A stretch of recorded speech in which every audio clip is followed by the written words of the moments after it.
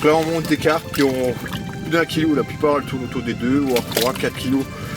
Et on a le vide pas en dessous de 800 grammes à peu près.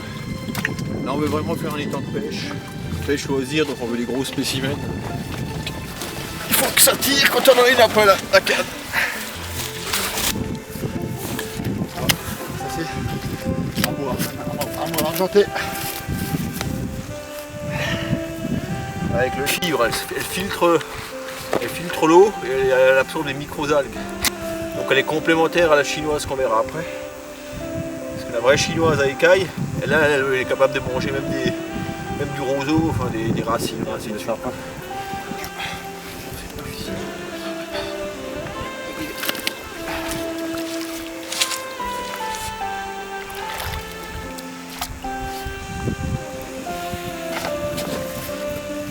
Il y aura de quoi couper les... On met l'autre sac. On met le sac.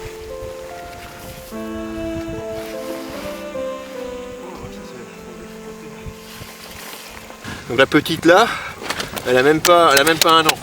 Elle est née en, je pense aux alentours de juillet 2002.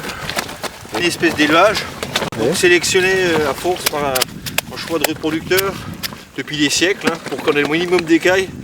Donc c'est un poisson qui est au niveau pisciculture, ensuite quand il passe à la consommation, il y a le minimum de travail possible. Alors que ça c'est l'espèce d'origine qui est beaucoup plus vive en général et qui grandit un peu moins vite, mais qui est beaucoup plus intéressante pour la pêche sportive. Donc comme nous on fait plutôt un étang pour la pêche sportive, on privilégie ce genre de poisson.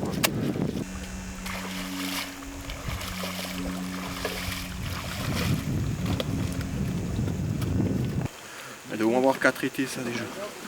Et ça atteint un maximum, une grosse tanche qui a bien grandi, elle atteint 1 kg, mais c'est vraiment très rare. Donc ça c'est des carpes qui ont un 2e été. Donc en gros elles ont 18 mois quoi. Toujours la même espèce des carpes communes. Hein.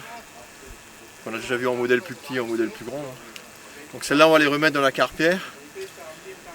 Pendant 2 ans et normalement on devrait obtenir, si ça se passe bien, on devrait obtenir des carpes de consommation à peu près d'1,5 kg. 1,5 kg, 2 kg si ça se passe bien.